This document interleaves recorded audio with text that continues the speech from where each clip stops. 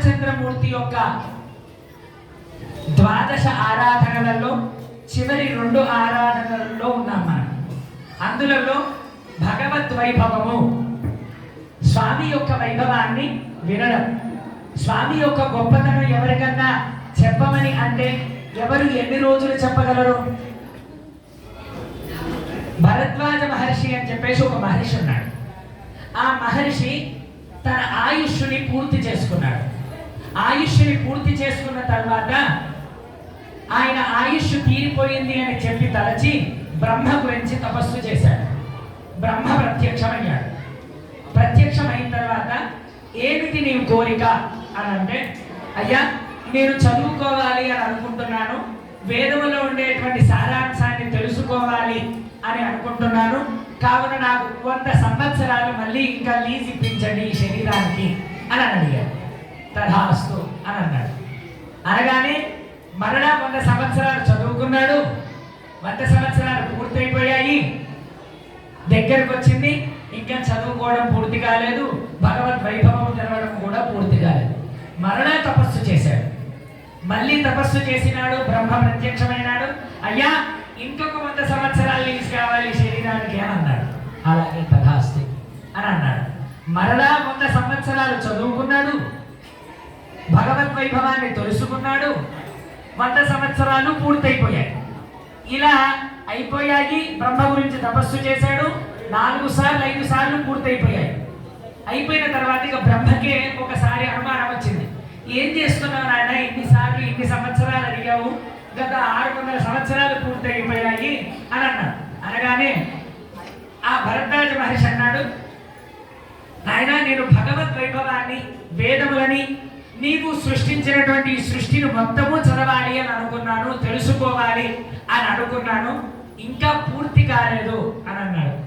ఓ అజ్ఞాని బ్రహ్మర్షి, నువ్వు ఇన్ని సంవత్సరాలు, ఇన్ని 100 సంవత్సరాలు నువ్వు నా దగ్గర నుంచి తపస్సు చేసి మెప్పు పొంది ఇన్ని సంవత్సరాలు చదువుకున్నావు కదా, నువ్వు చదువుకున్నది ఎంతో తెలుసునా, ఇంకా చదువుకోవాల్సినది ఎంతో తెలుసునా అని అన్నాడు. అంటే ఆకాశముని చూపించి అందులోంచి విశ్వము మొత్తాన్ని చూపించి అందులో నీకు ఒక చుక్క కనిపిస్తున్నది కదా, ఎక్కడో ఒక మండలములో ఆ కనిపించనంత ఉండేటువంటి చుక్క అంత పరిమాణంలో ఉండేటువంటి దాన్ని మాత్రమే నీవు చదువుకున్నావు. ఇంకా నువ్వు ఆకాశం అంతా తెలుసుకోవాలి. ఇది నీకు కాదు, నాకు కూడా దీన్ని తెలుసుకోవడము తగదు. అంటే నేను కూడా ఈ మొత్తాన్ని నేను తెలుసుకోలేను. నాకు ఏదైతే అప్పచెప్పారో, నాకు ఏదైతే తెలుసునో అది మాత్రమే నేను చెయ్యగలను అని చెప్పేసి బ్రహ్మ అప్పుడు చెప్పాడు. రామచంద్ర స్వామి వారి యొక్క ఆరాధన చెయ్యడం వలన మనకి ఏం లభిస్తుంది? కంచి పరమాచార్యులు తెలిసినా మీకు? విన్నారా? ఎవరు ఎప్పుడన్నా విన్నారా కంచి పరమాచార్యులు? మన ఇక్కడ కంచి కామకోటి పీఠము నుంచి ఈ దేవాలయం నడుస్తుంది కదా, దానిలో మొట్టమొదట ఉండేటువంటి కంచి కామకోటి విజయేంద్ర సరస్వతి స్వామి వారని ఒకరు ఉండేటువంటి వారు ఒకరోజు వారి దగ్గరికి వచ్చి కొన్ని 100 రూపాయలు 1000 రూపాయలని దానంగా ఇస్తుంటారు కదా స్వాములు అన్న తర్వాత 100, 1000 వాళ్ళకు తోచినంత దక్షిణ ఇస్తుంటారు కదా.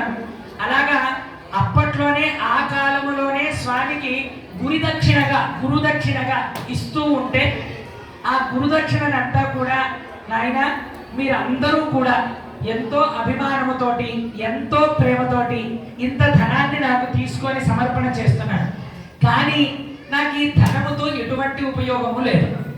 ఏదో ఒక కార్యక్రమము చేసినా, నలుగురికి పంచిపెట్టినా తరిగిపోయేటువంటి ధనాన్ని మీరు ఇస్తున్నారు. మీరందరూ కనుక నాకు ఇవ్వాలి అని మీరు తలిస్తే నాకు మీ జీవితంలో ఒక 10 నిమిషాలు ఇవ్వండి అని అడిగారు. ఎందుకోసం ఆ 10 నిమిషాలు అంటే, మనిషి యొక్క జీవితం ఎన్ని సంవత్సరాలు? 120 సంవత్సరాలు. సరే, మంత్ర ప్రకారంగా చూసుకుంటే శతమానం భవతి శతాయు పురుషః శతేంద్రియ, 100 సంవత్సరాలు వేసుకున్నాం. ఈ 100 సంవత్సరాలలో మనిషి యొక్క జీవితంలో 50 సంవత్సరాలు నిద్రలోనే పోతాయి. నిద్రలోనే సగం జీవితం పోయింది. ఇంకా మిగిలినవి 50 సంవత్సరాలు. ఈ 50 సంవత్సరాల్లో బాల్యము, కౌమార్యము, యవ్వనము, వృద్ధాప్యము అనేటువంటి ఈ 4 ఆశ్రమ ధర్మాలకి 30 సంవత్సరాలు పోతుంది. ఎందుకు అని అంటే బాల్యం 10 సంవత్సరాల వరకు ఊహ తెలియదు. తిడితే పడతాడు, కొడితే పడతాడు. 11 తర్వాత ఒక ఊహ వస్తుంది. అలాగే ఆఖరి 90 సంవత్సరాలు బతికాడు అనుకోండి, 100 సంవత్సరాలు బతికాడు అని అనుకుందాం. 90 నుంచి 100 వరకు మళ్ళీ బాల్యమే. అక్కడ ఎలా ఉన్నాడో, మళ్ళీ పుట్టినప్పటి నుంచి ఎలా ఉన్నాడో, ఇప్పుడు కూడా మరణించేంత వరకు అలానే ఉంటాడు. ఇక్కడ 20 సంవత్సరాలు పైన. ఇంకా కౌమార్యము, యవ్వనము, తెలిసి తెలియక అజ్ఞానములో ఉంటాం. అన్నీ తెలవదు, అన్నీ తెలుసు అని కాదు, అజ్ఞానంలో నడిచిపోయేటువంటి జీవితం ఇది. మళ్ళీ మిగిలిన ఈ 20 సంవత్సరాలలో భార్య, పిల్లలు, ఉద్యోగము, వ్యవహారము, వ్యాపారము, సంపద, నష్టము, ధనము, ధాన్యము ఇవన్నీ సమర్పించుకోవడానికి పోతున్నాయి. ఇంకా మిగిలినది ఎక్కడ మనకు? అప్పుడో ఇప్పుడో ఎక్కడో ఒకడు, కోటిలో ఒకడో, 100కి ఒకడో ఇలాంటి కార్యక్రమము జరిగితే అందులో అనువహించేటువంటి సమయము ఇంత మన జీవితంలో. అటువంటి సమయాన్ని కూడా సద్వినియోగపరచుకోలేకపోతే ఎందుకు ఈ జన్మ మనకు? రామచంద్రుని ఆరాధన చేయడం వల్ల మనకు జరిగేటువంటి ఉపయోగం ఏమిటో తెలిసిన? మనమందరము కూడా ఇహలోకంలో మనకి శరీరం లభించింది దేనికి అని అనుకుంటాం? ఎందుకు పుట్టారు మీరంతా? ఎందుకు పుట్టారు? పెళ్లి చేసుకోవడానికి, పిల్లల్ని కనడానికి, తదుపరి సంతానాన్ని వృద్ధి చెందడానికి, వ్యాపారం చేయడానికి, డబ్బు సంపాదించడానికి, ఇల్లు, బంగళాలు, కార్లు ఇవి కొనుక్కోవడానికి. ఎంతో మంది రాజులను చూశాం, ఎంతో మంది ఋషులని చూశాం, ఎంతో మంది యోగులను చూశాం. అలెగ్జాండర్ గురించి తెలిసిందే కదా. మొత్తం ప్రపంచాన్ని మొత్తం కూడా గడగడలాడించి తన ఆధీనంలోకి తెచ్చుకున్నాడు. తెచ్చుకున్న తర్వాత చనిపోయేటప్పుడు తన శరీరాన్ని పూడ్చిపెట్టేటప్పుడు 2 చేతులు పైకి, నా చేతులు పైకి పెట్టి నా శరీరాన్ని పూడ్చేయండి, ఇన్ని వేల కోట్లకి అధిపతిని, ప్రపంచ భూమండలాన్ని శాసించినటువంటి రాజుని చచ్చిపోయేటప్పుడు ఏమీ తీసుకెళ్ళలేకపోతున్నాను అని. ఇంతవరకు రాజులు ఎన్నో గొప్ప గొప్ప రాజ్యాలని సృష్టించారు, ఎన్నో గొప్ప గొప్ప సంపదలని సంపాదించారు. వాళ్ళ పేర్లు మనం గుర్తుపెట్టుకుంటున్నామా? నిరంతరము రామనామాన్ని పట్టుకొని సర్వము త్యజించి కష్టములోనే బ్రతికి రాముడే సర్వస్వము అని బ్రతికినటువంటి రామదాసుని గుర్తుపెట్టుకుంటున్నారు.